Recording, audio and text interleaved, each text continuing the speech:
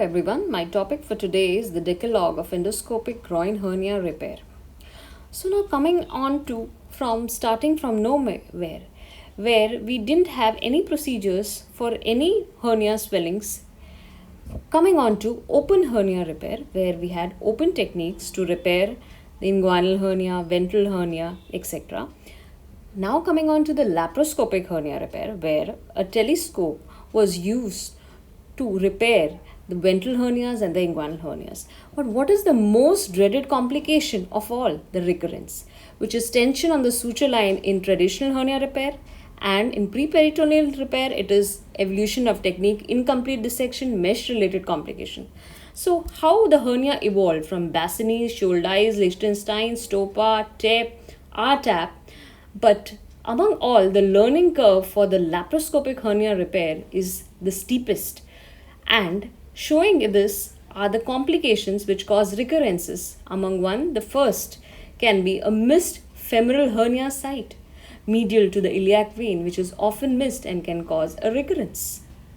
Next, we come on to the missed lipoma of the cord, which, if not excised, when identified, can lead to a pseudo recurrence in the groin later on.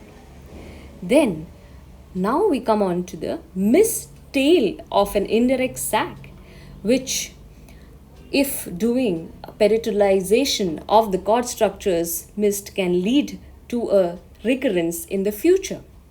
Next, we come on to the missed direct sac. Medial to the inferior epigastric vessels, we can miss a pseudo sac which can lead to a recurrence in the future. Now, these are the hernia complications. Now we come on to the mesh complications. First is mesh shrinkage. If a proper large size of mesh is not used to a defect, it can cause a mesh shrinkage and then a recurrence. Next, if in a large defect of a hernia sac, the mesh is not fixed properly, can lead to a mesh migration, which can again lead to a recurrence.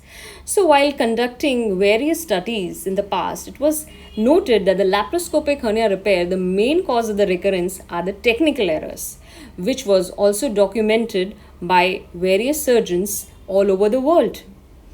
So what is the need for today? It is a need for standardization of the technique, wherein the critical view of myopectineal orifice now comes into picture, the objective of which is to teach and standardize the minimally invasive surgery hernia repairs, facilitate evaluation of videos, reduce recurrences, improve patient care.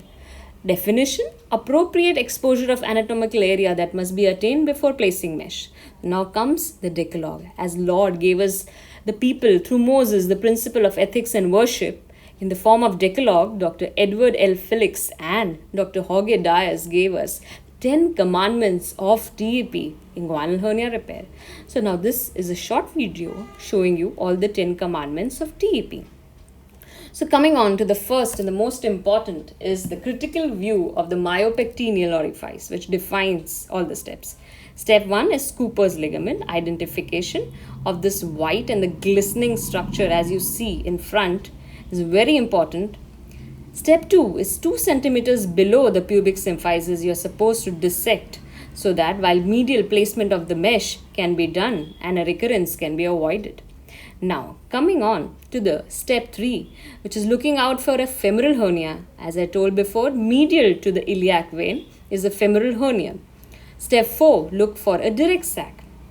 Medial to the inferior epigastric vessels is a direct sac. Step 5 is peritalization of the cord structures, wherein all the cord structures are supposed to be peritalized, and the vas is supposed to be medial, and the spermatic cord structure should be lateral, and the peritoneum should be all reflected down.